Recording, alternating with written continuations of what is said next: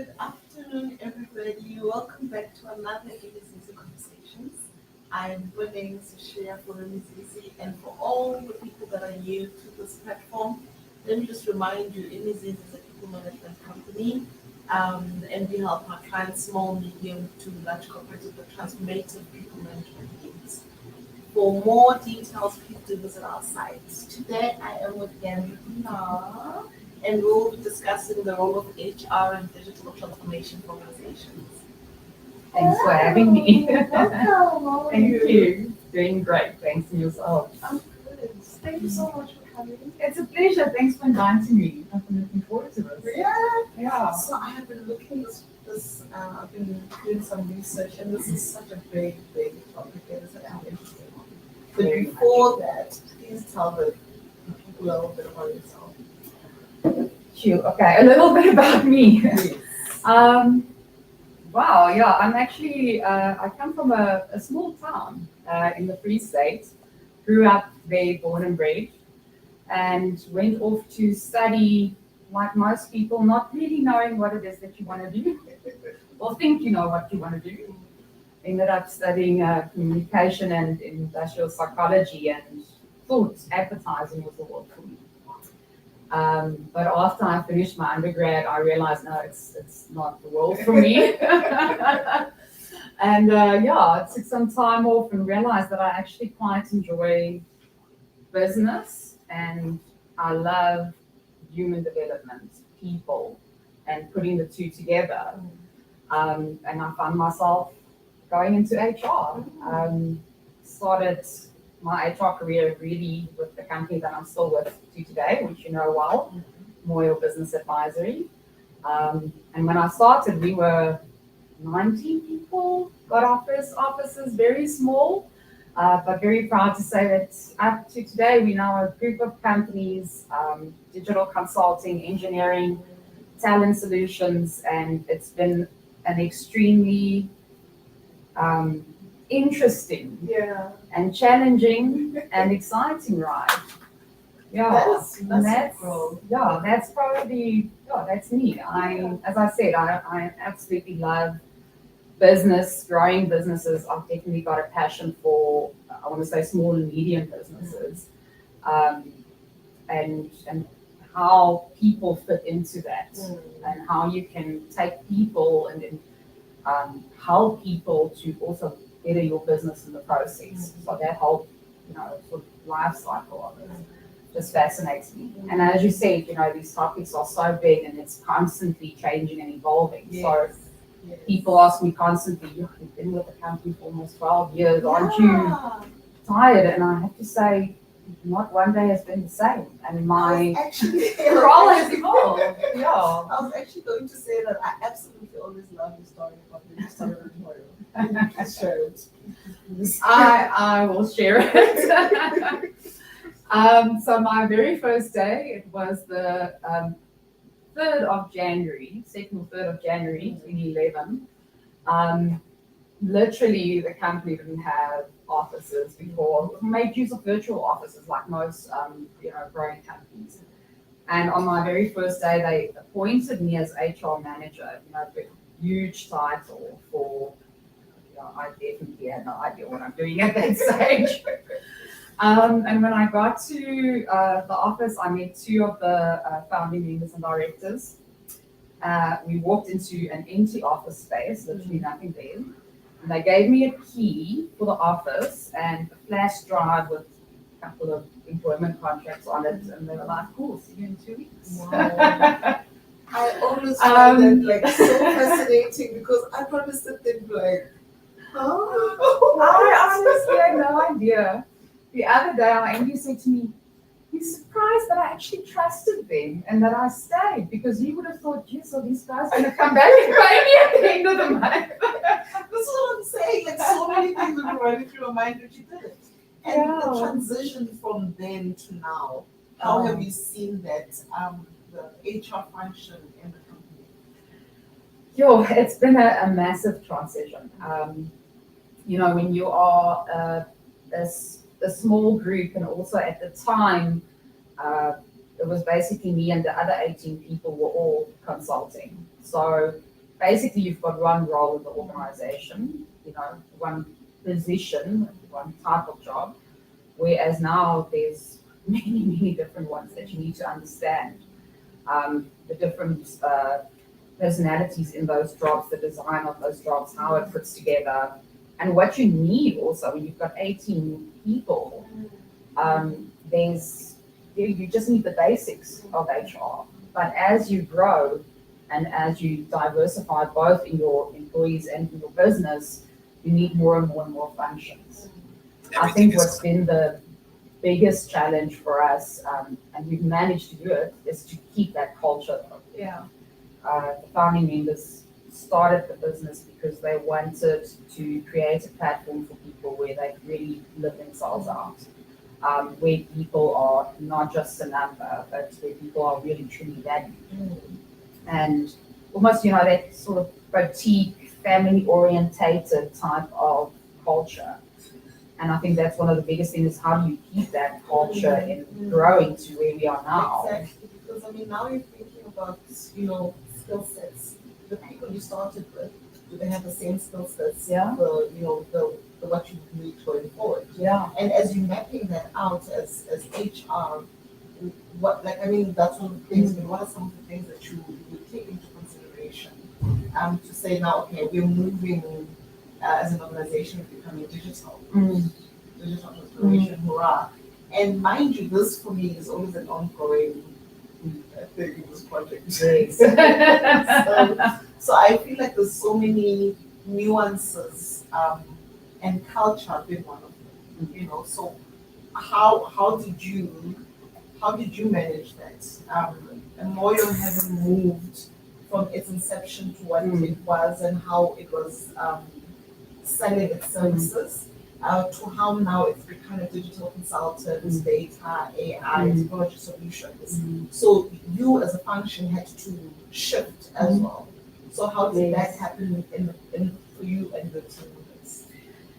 I think one of the biggest shifts, and as you say, it's sort of an ongoing thing. And it's, to me, talking digital transformation, it's just the evolution of organizations, the evolution of human beings. And so, no matter what you are, what the purpose is, there's change happening and you need to adapt to that. In growing our business, and also, as you say, becoming from started out, we pretty much did business analysis, the architecture, project management, and we added on a lot of these new, I'll say new, been around for a while, but the buzzwords of AI and data science. And we organically grew into that, but as an HR function, first of all, you need to understand the role. So, okay, now we're going to start appointing data scientists. What is that? Understand what the role is about, understand the functions of the role, understand the skills. At the time, I know exactly if I need to train business analysts, I know exactly where to go, but now this is something new. And I believe it's very important that HR really understands the function and can talk the talk, can engage with these people. So it's a lot of tech words and buzzwords that you need to start understanding. And it's in the first place. Let me cut you a little bit. It's fascinating that you say that it's interesting. HR needs to know the words and the buzzwords, because HR for a long time has been known as a yes man function. Where the business says we are digitally transforming here, and you're not involved as HR in that core decision and how that's going to go forward. How has that shifted in your mind? In my organization, I'm very blessed to have entered into an organization that HR had a seat at the table from day one. From day one, they bought into the importance of HR. But to your point, in a lot of organizations, HR becomes the paper pusher, becomes the, do this, do that. And actually, there's so much more value that can be added. And especially, again, if you're talking digital transformation, it's about people and technology. So HR actually has such a key role to play. But I think it's important that we start from our side as the HR industry. You know, I think a lot of times you don't, oh, no, they don't want to listen to us. They don't want to give us a seat at the table. But we have to start by understanding the business. And to me, understanding the business goes deeper, and as I said, into the role. How can I manage a workforce, design a workforce, design jobs if I don't understand what it's about? Yeah, and that's so important, right? Because I think um, the business is people, and HR is people. But more than that, like some people, I once I was helping a friend of mine with his thesis, and my thesis, and one of the executives was interviewing him, spoken about how HR must remain the consciousness of any organization, but not just the consciousness of the organization, you know, and lead like a seven leader, like you lead with the unsung heroes of how it's done. And I think, especially in digital transformation, that becomes very key, where you are, the people mostly are in. So I know you do some consulting work as well. In there, how would you then tell organizations especially in the HR function, to say these are some of the critical things you need to consider when you're going through the digital transformation as HR in the organization? How do you enable the team? Yeah. I think, as you said, HR definitely, I like consciousness of it because I like that.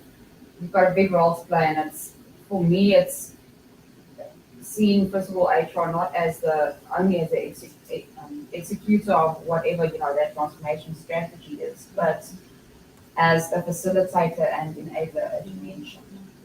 Some key things for me to start off with is, first of all, HR needs to understand what that transformation strategy is and actually be a part of the formulation of that strategy. So understand which areas of the business are we looking at here? What are we talking about? Are we talking full transformation? Are we talking in certain areas? Understand the size of it. And one of the key things for me is always to start with your organizational design. So the structure of the organization, the functions that need to exist, the duties of within those functions and how they group together in the various jobs. Digital transformation effectively affects the way we do things. It affects what we do and how we do it. So the moment that we start changing what we do and how we do that, it means that I'm changing the essence of a job and the culture of it. So a key place for me to start is understanding that org design, what's impacted. Think about the redesign of jobs where things need to be done differently now.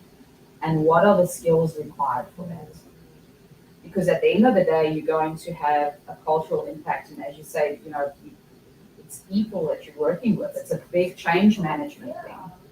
And to enable it, it's about building skill sets. And not only, everyone wants to go on a digital transformation course. That's not it. It's saying, in my job, what am I going to do different? What new skills do I need to learn? And going through that exercise in each and every area, I think is a very important place to start identifying where are we at and where are we going, and what does that future workforce look like?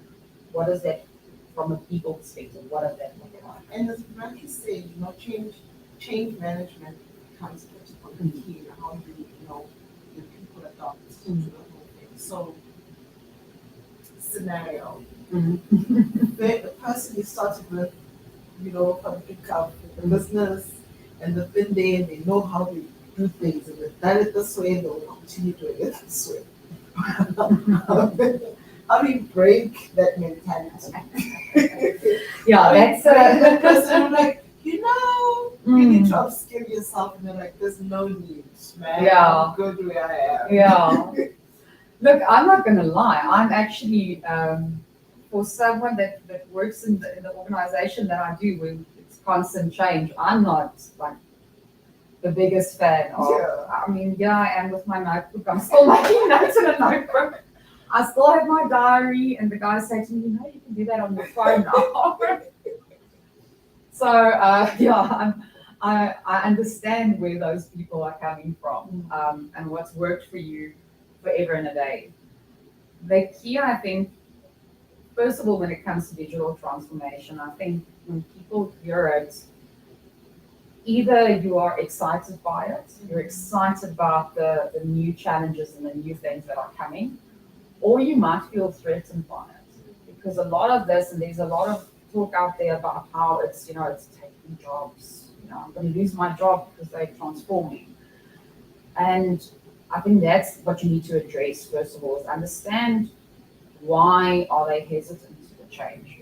A lot of times it's coming more from an emotional place. And as I said, perhaps, I feel threatened because I might be replaced. And then explain to people, well, how will this actually impact you? And especially where there are changes, where it is a case of, listen, we're going to automate this role, and that's what it's about. I mean, we want to drive efficiency, we want to drive automation of processes, but this portion of your job, yes, is now going to change and be done by the system, but this is the new thing, and let me help you and teach you and grow into that. So I think it's important to remove whatever threat they perceive in that. And then at the end of the day, look, as much as you can drive change, there will always be sort of, the late bloomers in it. Yeah. I once saw a very nice presentation by Simon Sinek that he explained sort of the change curve on people, how you've got your early adopters, the first iPhone comes out, they overnighting, sleeping there, waiting to get that phone. And then, there's the rest of the people that's, it's here, okay, let me go get it. And so it goes on. And he talks about how important it is when you're doing change management, understand who those people are in the organization. Understand who are the early adopters that's going to jump onto the change no matter what it is. And don't put your energy into them, because they're going to accept the change. You don't have to worry about them.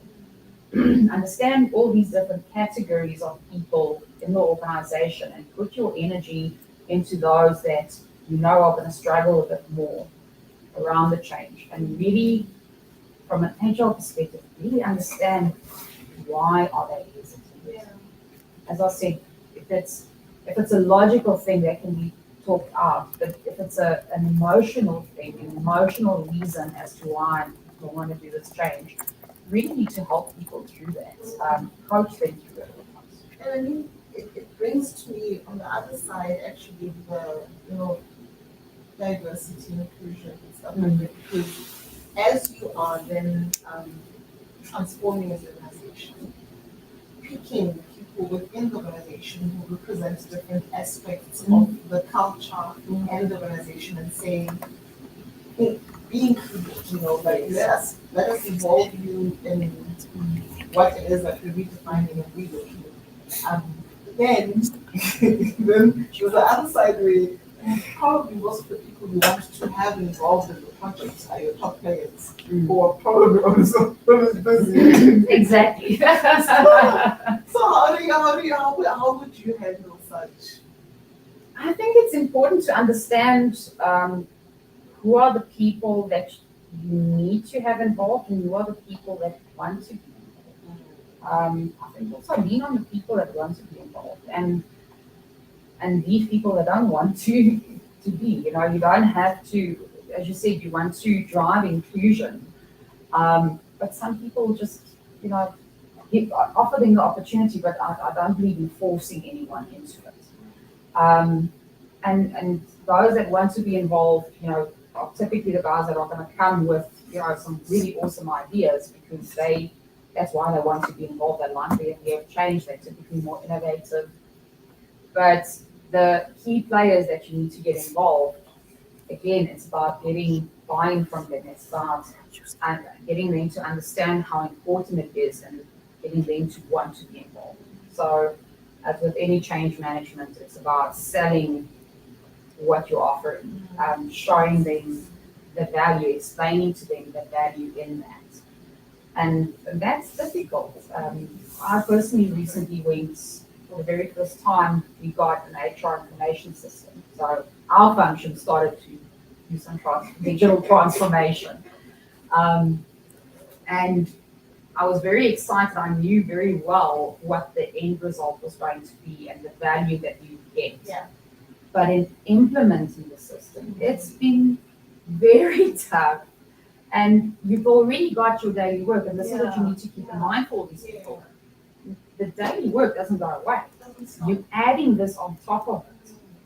And keeping myself and my team focused on, guys, I know it's hard now. I know it's a lot of overtime, but think about the end goal. I found for me it was really about keeping our eye on that end goal. Every now and again, stopping and saying, where are we going to, and what's the value? Remember the value to pursue the, I want to say, the pain of implementing that change. So, and I was actually going to ask, as you're speaking, that, what are some of the things you as a team had to do to kind of, transform? Over and above, and you mentioned the system, because now the function itself almost needs to relook its existence and how it supports the organization better. Yes. So you're continuously needing to be one step ahead because, again, digital transformation is a continuous thing. Mm-hmm. So how are you and your team ensuring that you're always a step ahead? For me, it's knowing what's going on in the world. It's about first of all knowing the business very well. So being involved, knowing what's going on in the different areas of the business, what are the different pain points, and then staying on top of what's happening out there. And there are different ways in which different people do it. I subscribe to a lot of research papers and journals that I like to read, or just Where do you find the time? in the mornings when I have my coffee. Or just LinkedIn, you start following, you start reading something and you get these, that's a wonderful thing about AI. It starts, showing up some other things. And it's not always reading it in detail, it's just sort of scanning through and understanding what's happening out there. But certainly as a team and as a nice function out there, I think it's definitely been a challenge for us with people, not tech people. So first of all, just having to understand the world of technology is definitely a challenge because, as I said, we work with the soft and the grey and the fluffy things, and just communicating with technology guys. There's a barrier. So understanding the world of technology, understanding what's out there, and how that impacts your function. And as I said, not only the function within your organization, but how it's transforming your industry. You think about HR 20 years ago versus what it is today. Back when I studied, we didn't have any sort of technology subjects. And the other day I heard that at some of the universities now, first year HR students are doing Python code. There are jobs out there, HR data analyst jobs. Where all of this come from? So our industry became quite technology driven, and a lot of the tech skills out there are being required in the HR industry. So like with any other job, it's about constantly evolving, knowing where it's going, and what do I need to do to align myself to it. Is it a skill? Is it a mindset? What's it about? And the industry itself is changing, right? Yeah. So as the industry changes, do you think that HR could be a lead in enabling the change in organizations? So the organizations say hadn't thought about digital transformation. So do you think that an HR digital transformation project starting in that function would then trickle down? I think definitely HR can set the tone and set the lead, definitely. Um, it's at the end of the day, as I said, HR is for me, HR is about helping organizations function better through their people. Yeah. So if I am driving digital transformation that's actually helping my people, my employees, be more efficient in their work, make better decisions, quicker decisions, then the business will be better as well. And that's the way in which I view it. I want to help, I want to enable my employees to in their decision making and their daily tasks. And that might mean implementing technology that assists them through that. Implementing technology that can, or systems that can automate certain mundane things that we all hate doing, or whatever it might be.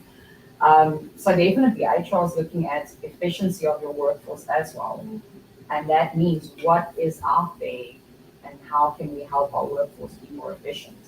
And you can start with yourself. I mean, that's definitely um, uh, what I've learned in the process of us implementing this HR information system. And even before that, some things that we started to rethink and rethink how we do it. And is this still necessary? Can we do it in a different way? Can we do it faster and more efficient? Because at the end of the day, I think people have changed in the sense, and especially through COVID, people want to actually to really add value. So Yeah. people really, I think everyone was forced to rethink their lives and forced to rethink what am I actually doing. And there's a huge drive out there for everyone wanting to make a difference, wanting to actually add value. And if I'm sitting there and I'm doing mundane, processing work that can be done by a system or whatever, um, I don't feel like I'm adding value. So for me, in the employee experience, I want employees to feel like they have a purpose, they are adding value, they mean something. I'm not just a number. How do you still maintain that, right?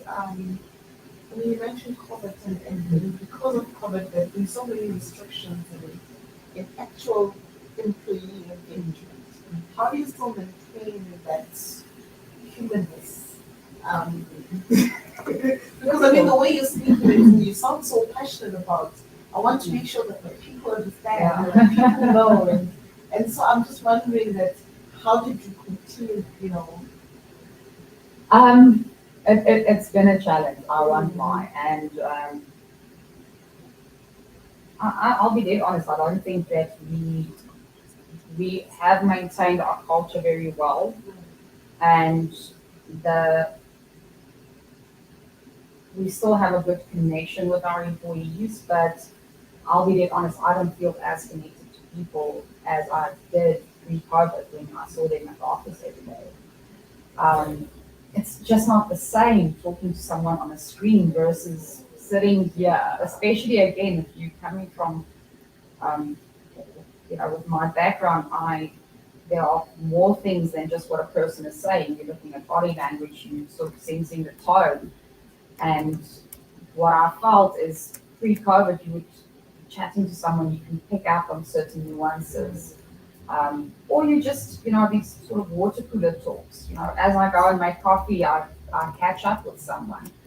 And now it feels like some people I haven't spoken to in how long, because now it's sort of, you've got to make, put down a meeting to actually talk to someone.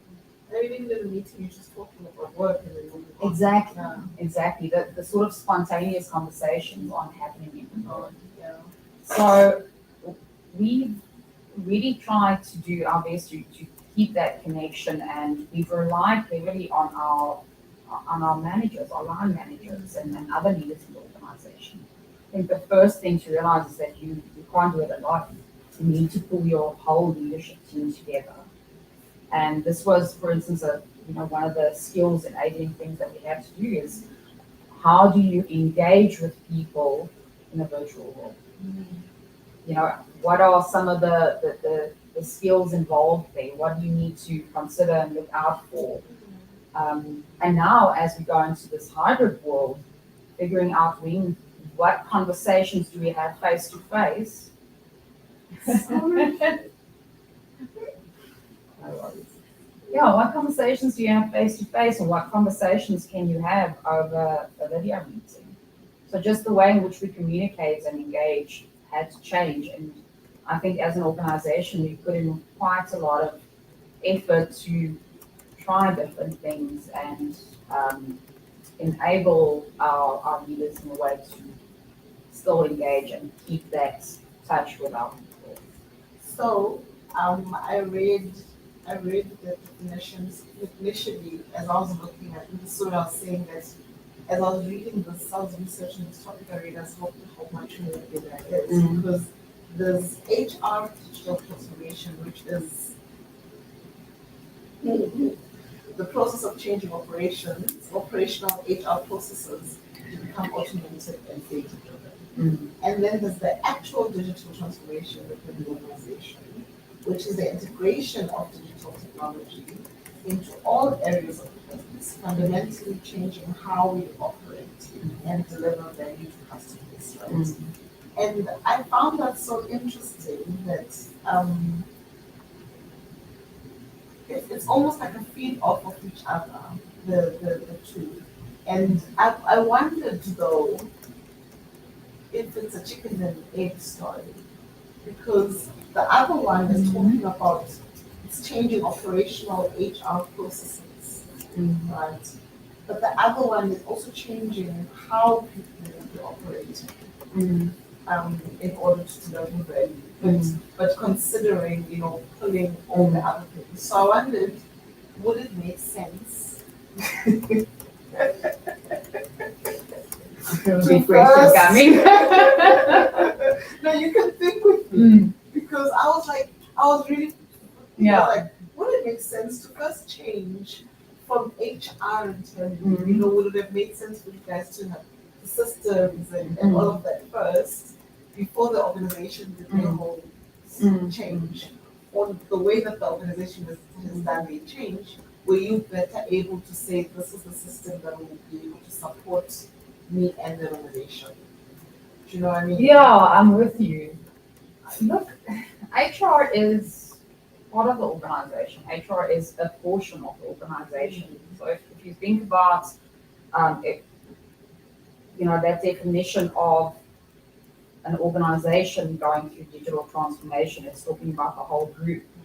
And if you take the definition that you have in terms of HR, that's just HR transformation, as you say, changing processes to become automated and data driven. Well, that's exactly what you're going to do in each and every area of the organization. And putting it all together is the integration of everything. Where to start? Yeah, I think you can probably start with HR. I think it's actually in a way a good place to start because do you think it matters the size of the business? Definitely. And the maturity, I think probably in terms of where you start, you would start with your most matured functions in the organization. So that's another key thing to consider is, which areas of the business are mature enough to take that step. I remember when I did my master's at UCT, they gave us this pyramid model of an HR maturity model to implement HR analytics.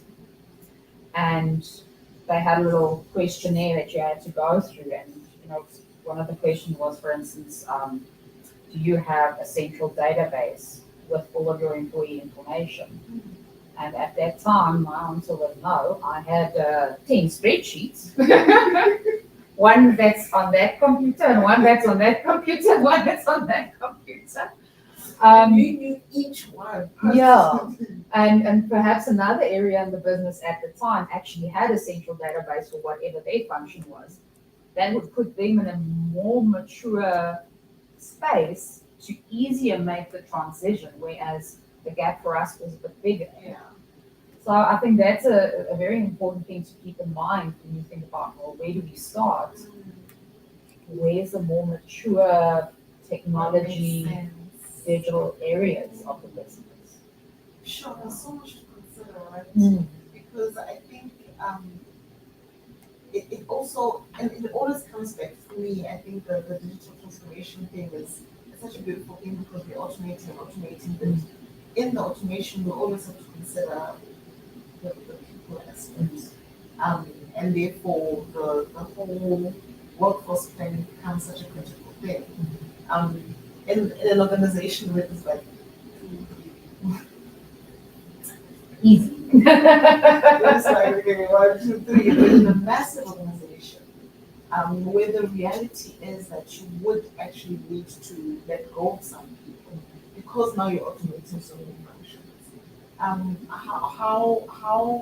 How do you realistically come to those conclusions and then deliver those messages?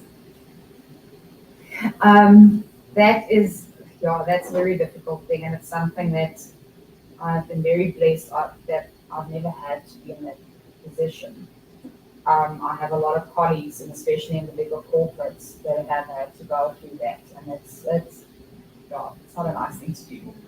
But I mean, at the end of the day, as I said, it's about your organizational design. That's where it's off, and determining what jobs remain, how are those jobs changing. So, some jobs are being removed and made redundant.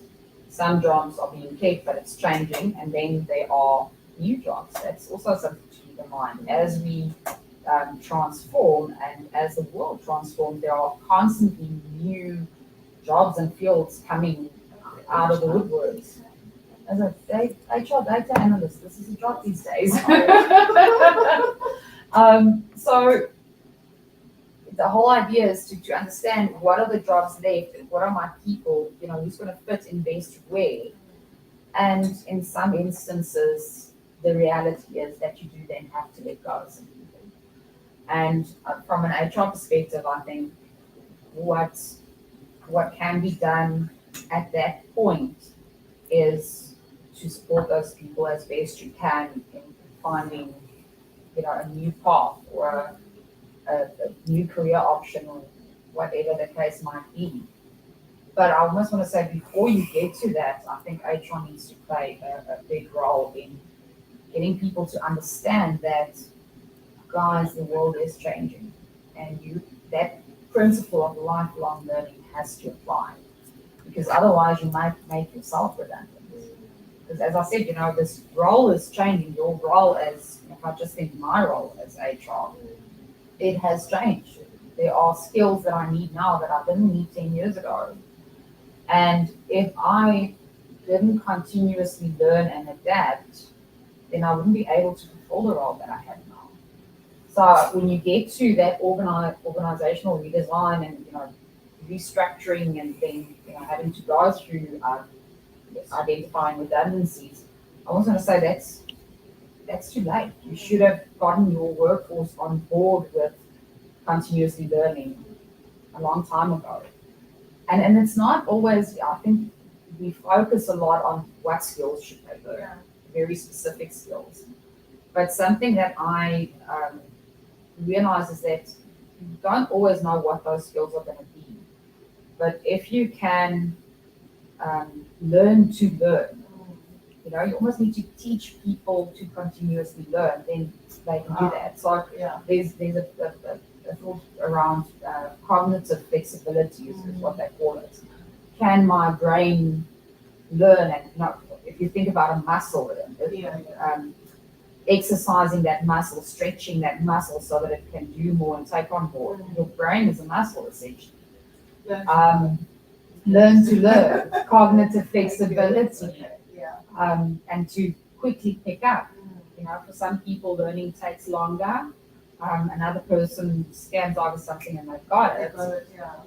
And yes, there's some nature, nurture into that, but I do believe that there are many ways in which you can, as an individual, keep yourself flexible, your mind flexible in that sense, so that you are able to continuously learn.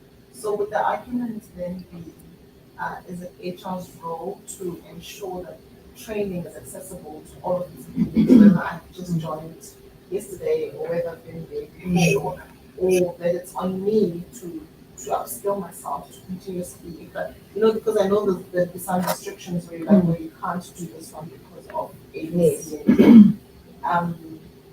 So I suppose it's in two ways. Is the responsibility then sitting with HR that make everything accessible? And the second thing is how do you that motivation to be like, even if I'm not paying for it, learn to learn. Um, Look, I think it's I always say HR is not necessarily the ones that's going to do it. We are the enablers, the facilitators. So I think we need to create a platform for people to learn. But for you to go and sit and learn, that's up to you. And I can definitely motivate.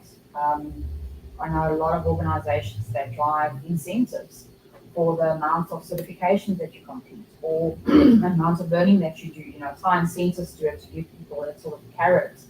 Um, you have, you're always going to have, again, the different people. You've got the people that will want to learn continuously. I'm one of those. You don't have to force me. I love it. I like learning continuously. The new iPhone things. is out. I'm going. Yeah. Right.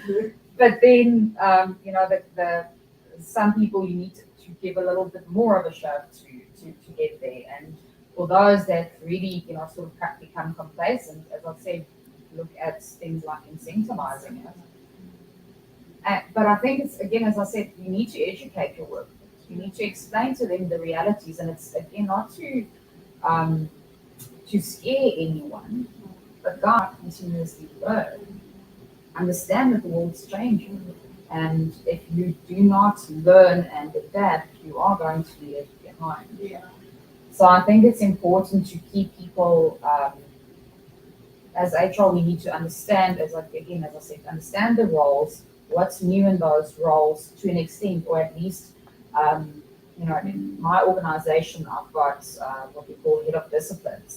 That's their job. They look at what is the latest and greatest technology in their discipline and bring that in.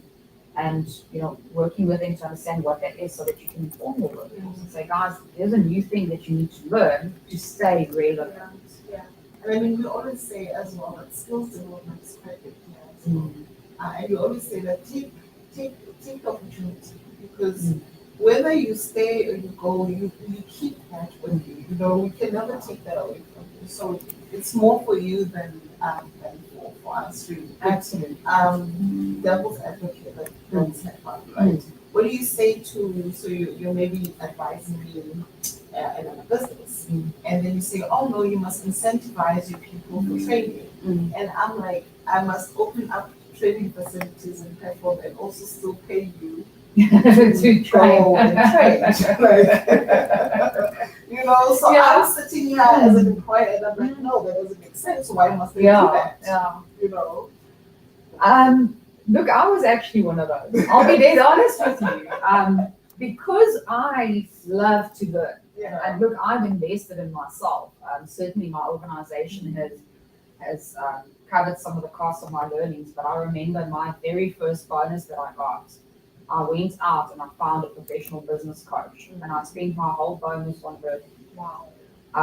To get a coach to help me, to teach me, because I saw it as an investment in myself. Because if I become better, then I can move forward in my role, and in that earn more and so you move forward. So I saw it as like with any investment, buying a house and invest in yourself. So for me, the concept of people not being willing to invest in themselves was already something that we built on. Why does the company need to pay for me? It's me, as you said. I walk away with the skill. Yeah, I walk away with the skill. But yes, organizations do pay for your learnings, and then I was thinking, I'm already paying for your learning, guys. I'm investing in you. Why do I need to now further, invest, if I can call it that? The reality is not everyone is like that. Not everyone sees it as investing in themselves. Not everyone wants to come, learn. Not everyone has necessarily the time always. There are many reasons why people don't do it. As an organization, you need to ask yourself, well, what do I need? If I really need you to learn a new skill, then I need to get you to learn a new skill. Yes, you can leave tomorrow and run away with that skill. I mean, that's the risk that I'm taking. But what's the risk if I'm not getting you to do the training? Yeah. That's the question that I realized you need to ask is I was always looking at it, the risk of what if the person leaves? What if they stay? What if they stay and you did not get them to train up? Then you've got a whole different problem with you. Oh, that makes sense. But now, okay. I think that what if they stay would have got to me. Because I was gonna ask, like, yeah, but why must I incentivize where I can, as a computer person who is already motivated and they want to learn and then just let the sun kind of go by, but with the regulations, it's not What's easy. the cost of letting that person float by? I mean, you can actually break it down, and I think this is where HR can. We tend to go to business with the fluffy, as I said, the fluffy and the abstract, but where we can actually come with a business case and say, listen, here are your options. If you don't train the person and they stay and they float by, what's that going to cost you? What's that poor performance due to not having the right skill set? What's that going to cost the business versus incentivizing now, and what will you gain from it? And you can work that out on a random cent.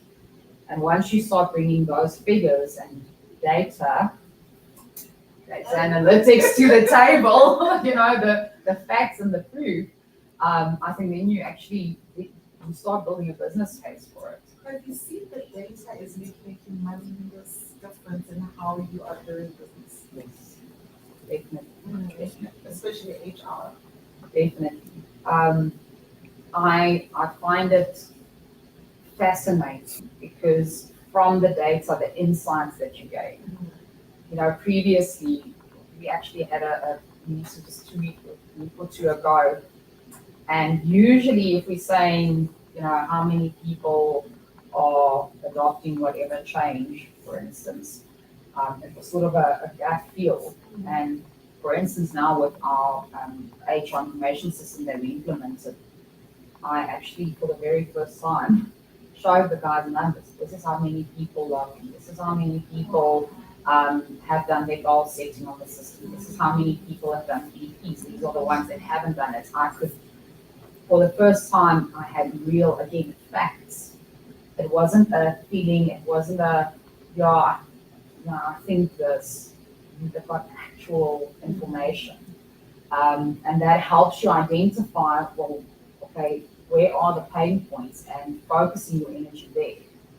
Whereas previously, whatever you had to deal with, you sort of had to guess and put your energy into everything.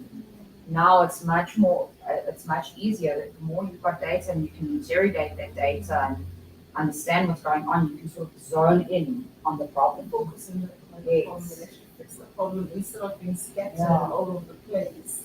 Have a focused solution instead of 10 10 solutions and hoping one of them works. Something will hit, exactly. That's actually so beautiful because now, I mean, even the whole humanizing the function becomes even more accessible and real. And because more things are automated, you now have the time back to actually have that human interaction with people. Exactly. And that's actually quite lovely that you get the time back now. Exactly. That's what I'm excited about. I really want to say this was part of our digital transformation as a function, was to implement a system to automate things, to have a database. As I said, we worked with Excel was our thing, many Excel sheets. And I found myself when I was sitting behind my laptop all day long. I wasn't actually engaging with people. And that's what I want to get back to. I want to get back to actually spending time with the person, not having to fill in a spreadsheet or capture something or whatever manual thing it was that we're doing. That's the whole thing of, again, gaining buy-in. For me, it was, if I've got time available, think of things that I can do. Yeah.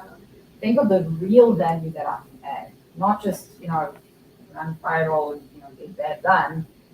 But actually, get into the business and support other areas, support my colleagues, in their process and things that they are doing.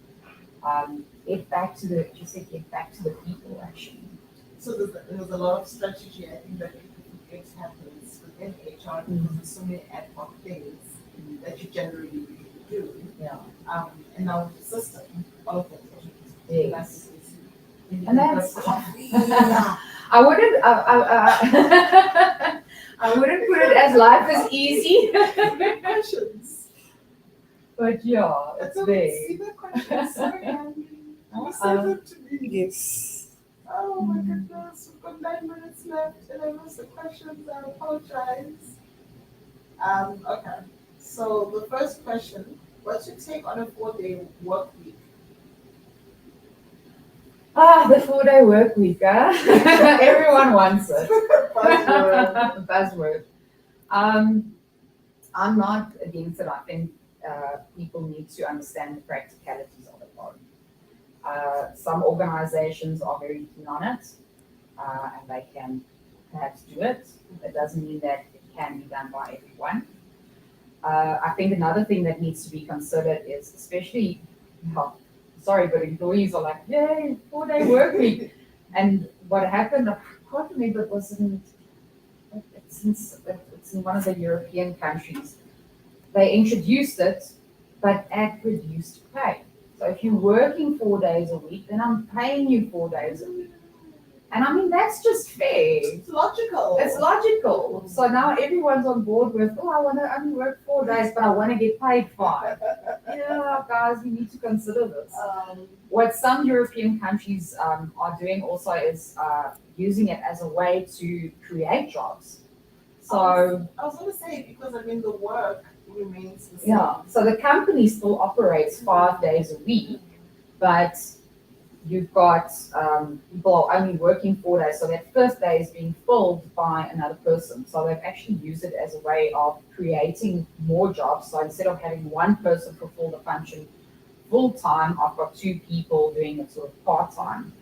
But again, with that, salary reduction, that's the reality.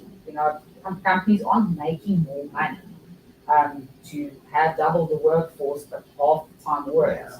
So I think it's important to consider the realities. Consider the realities of your business. For us, some of our consultants have definitely brought it up, of course. But we're a consulting firm. We have to work on the time that our clients work on. So I can't go and say, no, Moya's going to now be a 4-day work week when my client needs me there on a Friday. Well, who's going to be there that Friday? So I think it's very important to consider the practicalities of the organization. Forget about, it would be so lekker and awesome. Think about how can it practically work. And I almost want to start putting the question, throwing it back. As employees come to HR and say, we want a 4-day work week, I'll say, well, how do you think that can work? I don't want to shoot it off, but give me ideas. Solution. Give me a working solution. Andrew, do you think it is a safe way to have certain conversations online, especially with cyber attacks? I think it is, that's another consideration in the world that we're in today, cyber security and everything. As I mentioned, I think it's so important that we understand which conversations are face-to-face conversations and which conversations are online, especially with the whole world went the remote work route. And now we're seeing everyone sort of finding the balance with hybrid, saying it's a combination of the two. So I think the key in communication these days is to understand which needs to happen and on what platform. And some conversations, if you are having a conversation that is of very high confidentiality, the nature of confidentiality, you need to consider, how protected are you? Certainly, some organizations are well protected. Some people, especially if we're working from home, how protected are you in that space? I do think it needs to be a consideration, and I don't have the answer to it. It depends on what is What's the nature of the conversation and what's the nature of your security from where you're working from? Okay. Last question. Do you think HR is playing its role in keeping up with the trends, the skills of the HR concerned, and playing an advisory role to organizations? Or are we just followers?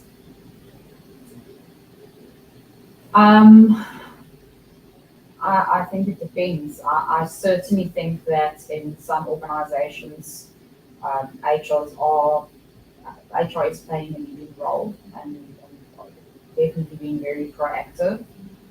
But I am still seeing places where HR is being done and the mindset of HR is that what it was many years ago. Um, so unfortunately, I think it's a combination of the two. I can't say as an industry, I think we probably split. I think half HR as a group, half has sort of remained. And I I think wonder if it's the industries that particular HR is playing. yes, definitely. You know, because if you're in HR in IT versus HR in the mining sector, Absolutely. mentalities are not the same. Absolutely. I sometimes ask myself, our company is majority IT and digital consulting. So I think, yes, I wanted us to, as a function to move forward. But even if I didn't, we wouldn't have had a choice. But yeah, definitely, I think it depends on the company that you are in. I think it depends on the size of that company and how long that company has been around. The longer people have been around in roles, the longer, time for complacency has been there. But at the end of the day, I do believe as HRs, we can make a difference. But I think, as I said, for many years, I was definitely on the side of no one acknowledges HR, no one respects HR, we need to get a seat at the table. But we weren't doing anything to get it. Yeah. And We I've were definitely changed my transforming mind enough, to say it starts with us, it Mm. starts with the HRs. We need to drive that change from our side. Because in anything, really, you need to change yourself. You need to change yourself to become what it is that you want to be. Exactly. The change has got to start Has to with start you. Absolutely. Yeah. As we close off, I just want to summarize a few things. So in the whole thing, HR is the unsung heroes in any digital transformation project. Yeah, you can't give me ideas. Yes. I trust that And there's a lot of change management that happens in the people and workforce planning becomes very crucial. It becomes key because you need to understand where the organization is going and pre-plan almost, which I think is a lot more work. Because you're working with people who can push back versus people who are working with systems which is accept. I think to summarize from my side, it's really digital transformation is about people and technology. So in that way, it makes sense to me that if it's about people and technology, then the leaders in digital transformation should be the tech people and the people. So your CIO and your HR. Yes. Yeah. Definitely. This has been so amazing. Thank so you. much. Thank I you. learned so much. And I will keep in touch. Definitely, please. And thank you to everybody online for all the questions and for viewing all the time. See you next month for another Imizizi conversation. Bye. Thanks. Cheers.